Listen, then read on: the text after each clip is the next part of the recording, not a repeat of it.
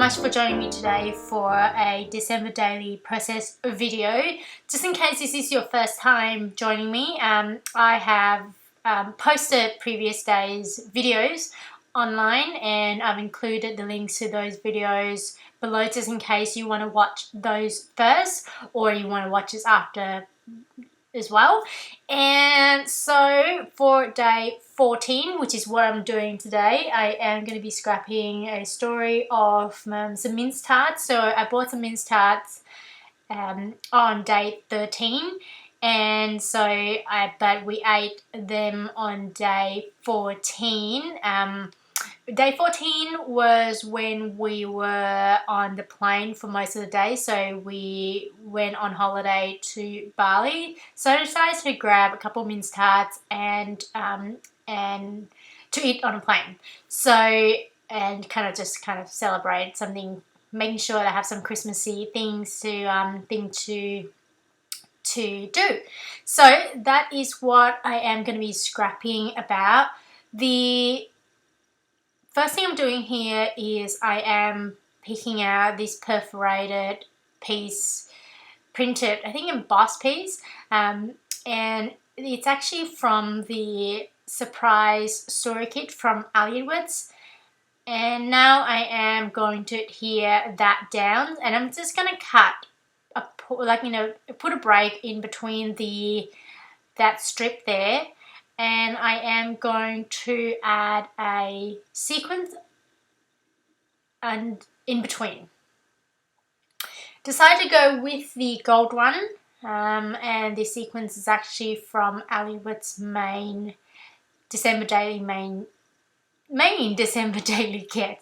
Sorry about that. And now I am just kind of trimming, just making sure that the other side is straight. And then I am just going to adhere that down using some glossy accent there.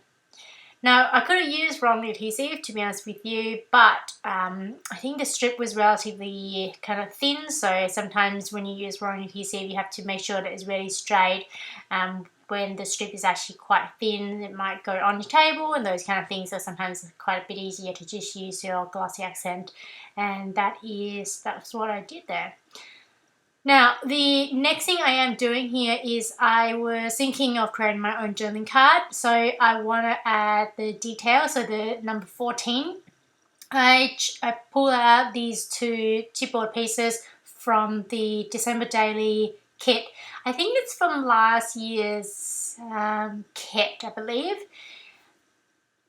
Now, I decided to move away from the white cardstock. I decided to go with this one, which is a 4x6 journaling card, which I've cut. It came in a cut apart sheet, a 12x12 pattern paper, and then you can cut it up using just cut them up. And the sheet itself is actually from the Felicity Jane Oh Dear kit from November 2014. It's very much a Christmassy, has a Christmas theme to it, which is great. And now I am just thinking about which pieces of chipboards I want to use. I decided to go with this one, which is from the main kit from Alliedwords from this year. And now I'm thinking which colour I want to emboss that number 14 with. And obviously, I was okay with using, keeping it white, but I felt like it was just looks a bit too washed out. So I decided to emboss it with gold embossing powder. Now, I've got two types of gold embossing powder, one which is a glittery one, and the other one is a metallic finish. Both are from American Crafts, the Zing branded one. And so I wasn't sure how it was going to look, so I decided to test it out. So I'm just using a spare piece of white cardstock, and then add a bit of ink, the Versamark ink onto it, and then just heat emboss it using my heat gun there. And I'm just kind of heating both of them and just trying to see which one I prefer. I wasn't sure how glittery the gold was going to be, and I decided, after seeing the result, I decided to go with the glittery one, largely because I felt like, so it's not often that I use glittery embossing powder during the year, and I think Christmas is one of those times that I feel like it's great to use it, so I thought I might as well just use a glittery one.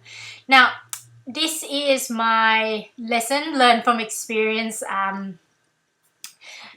Trick for you. I tried to emboss these white chipboard before using a non-white embossing powder, and it didn't fully cover the chipboard itself. So what I've learned is that you should add a bit of ink onto the chipboard piece first, and that would really help, covering any kind of blank spots or those kind of thing. And it's not so much blank spot, but when you have embossing powder and you don't want to have to reheat it a number of times, it's a lot easier if you just add a little bit of ink under before you heat emboss.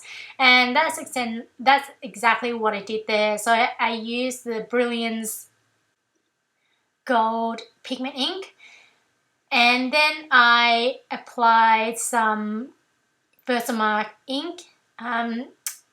The way I did it is because I didn't want to wait for the chipboard to dry before, like the gold ink to dry before I add my Versamark ink.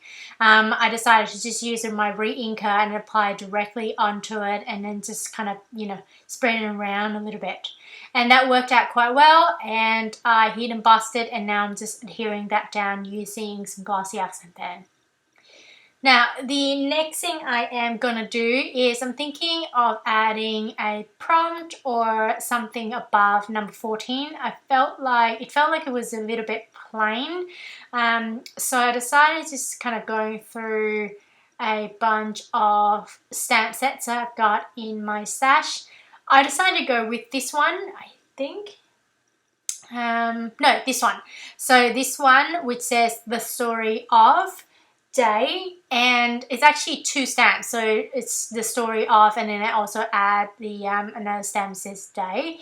And the stamp set is actually from the last year's, I think, December daily storytelling class from Alliedwards. Now, if you enroll in the class, you get a free stamp set, so which is cool. And I believe she also offered the same class this year as well. And you also get the free stamp set if you choose to. So, and I think I really like the stamp set, to be honest. It's one of those stamp sets which you can really, it has a bunch of phrases which are really versatile, and they're also good for if you use the Avery index tabs. The stamp set itself has a number of sentiments which would be useful for adding on the index tabs. Now, the next thing I'm doing here is I am adding some journaling. So what I was talking about was the fact that I think the story of the day was about how I was surprised about the mince tart. I've never really liked mince tarts, but the one we bought from I think it's Baker's Delight, so it's a bakery near home, and I really enjoyed it, and I thought it was really cool. And so I, kind of the idea of how fun it was to be able to eat it on a plane and those kind of things. So here's some close up, you guys. Thanks so much for joining me again today, and I hope you enjoyed this video. If you did, please give a thumbs up so I know that you enjoyed it. And if you want YouTube to let you know when my next video comes out, please subscribe, and I hope to see you again tomorrow. Bye!